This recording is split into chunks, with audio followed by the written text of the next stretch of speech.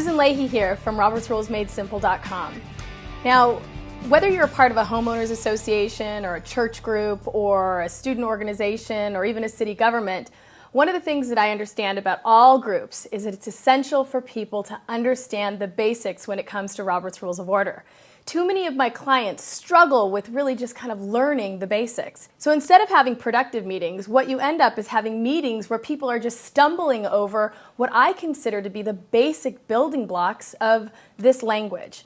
So while you already may know that in my DVD I go over what I call the 7 fundamental motions used during most meetings, this video is to talk to you about what I consider to be the 3 most important motions used during most meetings. Now, why are they the most important motions? Because they're the most used. But interestingly enough, they're also the most widely misused. So if you're going to be using these motions, I'm just asking you, pleading with you, begging with you, remove some of the pain and the stumbling blocks by committing to learn these 3 very basic motions. Now, these motions are the main motion, amendments, and amend the amendment. Let me say it one more time. The main motion, amendment, and amend the amendment. Now, if you already know how to do these 3 basic motions, I applaud you. But what I want you to think about doing is how are you going to teach your board members how to use these 3 basic motions? Because it's not enough for you to know them. You've got to make sure everybody on your board at least knows these 3 motions so that you can start having more productive meetings. So let's talk a little bit about the main motion. The main motion is how you really bring business to the assembly. Before you have a main motion on the floor, you're just talking about information. And while information is important, it's not business. You transition into business by making what is called a main motion. The main motion starts with I move. Go ahead and say it with me. I move. So simply stated, I move. What are we going to move? Let's say I move to purchase 1 DVD for our organization. So now you've got business that's being put before the assembly. As you may recall from the DVD, after you have a main motion on the floor, you have to take what's called a second. Is there a second to the main motion to purchase 1 DVD for our organization? Once the main motion has been properly moved and seconded, now you can have what I call focused discussion. Now, in my opinion, this should be the new F word. It's focus, people. It's all about creating focus. Think about how powerful a laser is because it can focus. So many boards lose their power because they're not able to focus collectively. They get all screwed up and end up going off topic because people aren't focused in a common direction. The main motion helps us to have a focused discussion to ultimately make a collective decision. Now, let's talk about the next motion. So if the main motion brings business before the assembly so that we can have focused discussion about that motion, what is an amendment? Now, let me just back up as I say this. The main motion is the motion. Every other motion you're going to make using Robert's Rules of Order is about supporting that main motion.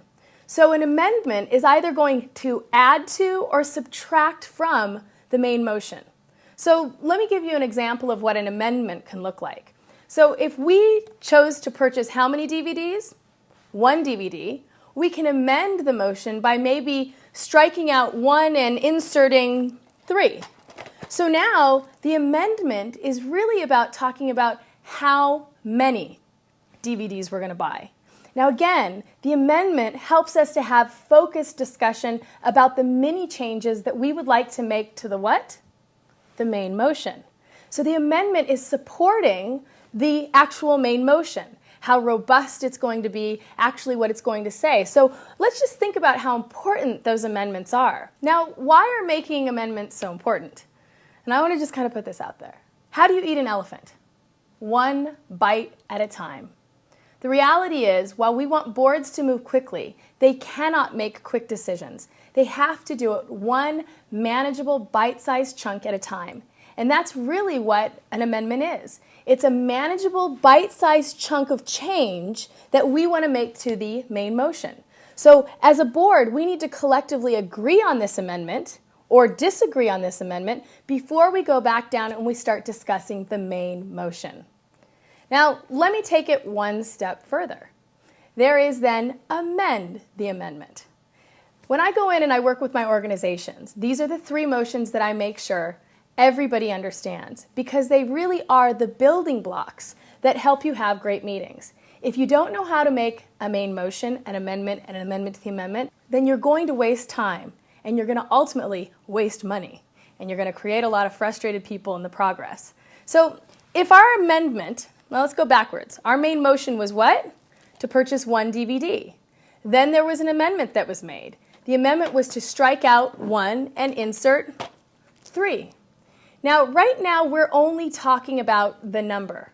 So I can't come in and make another amendment about what type of DVD. I need to keep it about the quantity.